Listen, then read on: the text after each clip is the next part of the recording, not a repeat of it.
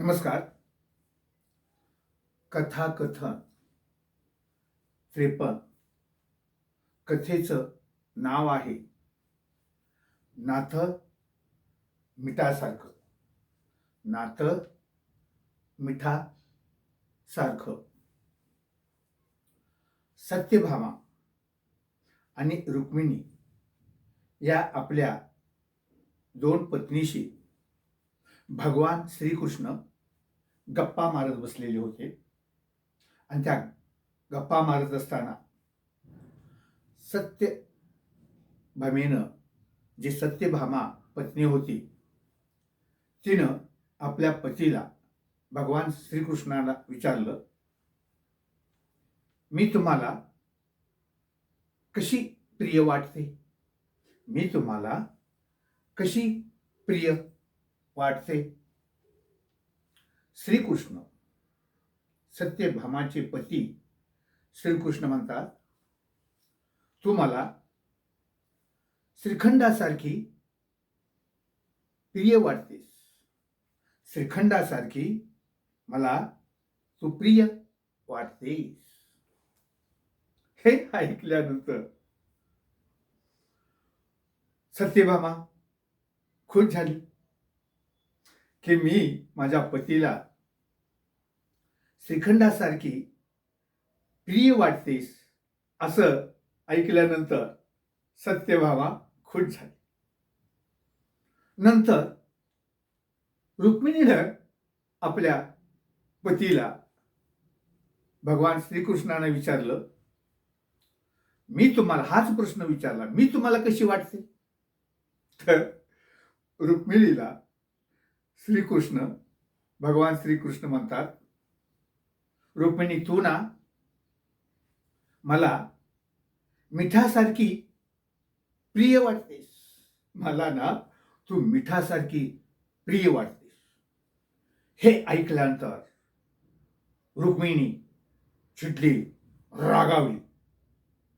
बघा सत्यभामाला काय सांगितलं भगवान श्रीकृष्णाने, तू मला श्रीखंडासारखी प्रिय वाटतेस आणि मला मात्र रुक्मिणीला वाटतं मला सांगतात तू मिठासारखी प्रिय वाटतेस. ती रागावली आणि रागातच आपल्या महालामध्ये निघून गेली. तिच्या पाठोपाठ भगवान श्रीकृष्णही जातात आणि त्या ठिकाणी शेजारी आचार्याला सांगतात, आज जेवण करीत असताना स्वयंपाक करीत असताना स्वयंपाकात मीठ घालू नकोस. लक्षात ठेव.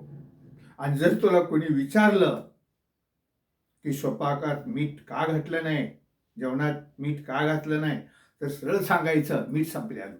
बस. मस्त. बघ श्रीकृष्ण जेवायला बसले. भगवान श्रीकृष्ण जेवायला बसलं. ते जेवत असताना पोट भरून खाल्लं श्रीकृष्णाने. ते आणि जेवण पोट भरून खाल्लं. नंतर रुक्मिणी जेवायला बसली.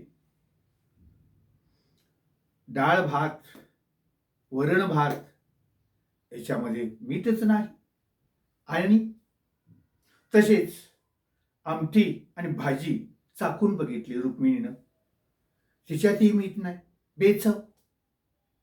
ती त्या आचार्याला म्हणाली, आज स्वयंपाक करताना तुझं लक्ष कुठं होतं?